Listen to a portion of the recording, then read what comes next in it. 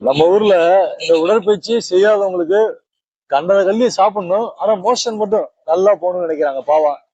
அந்த மாதிரி ஆட்களுக்கு இன்னைக்கு வாழைப்பழ வியாபாரம் அடே அப்பா இப்ப வர வர இதுவும் தங்க விலை வித்துக்கிட்டு இருக்கு. இதுல என்ன விஷயம்னா ஒரு குரூப் மருந்து அடிச்சு பழுக்க வைக்கிறாங்க, ஒரு குரூப் வந்து புகை மூட்டத்துல ஓகே இல்ல மருந்து அடிச்சுதான் ரொம்ப சீக்கிரத்துல இதுலயும் வந்து நிறைய தில்லுமுல் நடந்துட்டு இருக்கு. ரொம்ப சீக்கிரமாவே பழுக்கணும்னு இருக்கு, நிறைய டெக்னாலஜி வந்துட்டு இருக்கு. புகை போடுறது அது புகை போடுறது ஆரோக்கியமான விஷயம் தான் இல்லையா? புகை போடுறது உடம்புக்கு ஒண்ணும் பண்ணாது.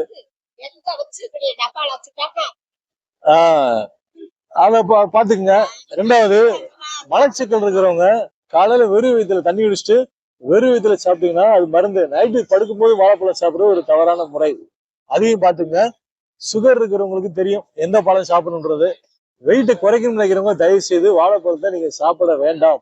நிறைய பேர் வாழைப்பழம் சாப்பிட்டு இருக்கீங்க வெயிட் லாஸ் பண்ணும்போது, அது தவறான விஷயம். வாழைப்பழம்ன்றது 40 வயசுக்கு மேல இருக்கிறவங்க மோஷன் போறதுக்காக சாப்பிடுறது. சின்ன பசங்க சாப்பிடணும்னு நினைச்சீங்கன்னா செவ்வாழை சாப்பிடுங்க, அது ரொம்ப நல்லது. அதை ஃபாலோ பண்ணுங்க. தேங்க்யூ.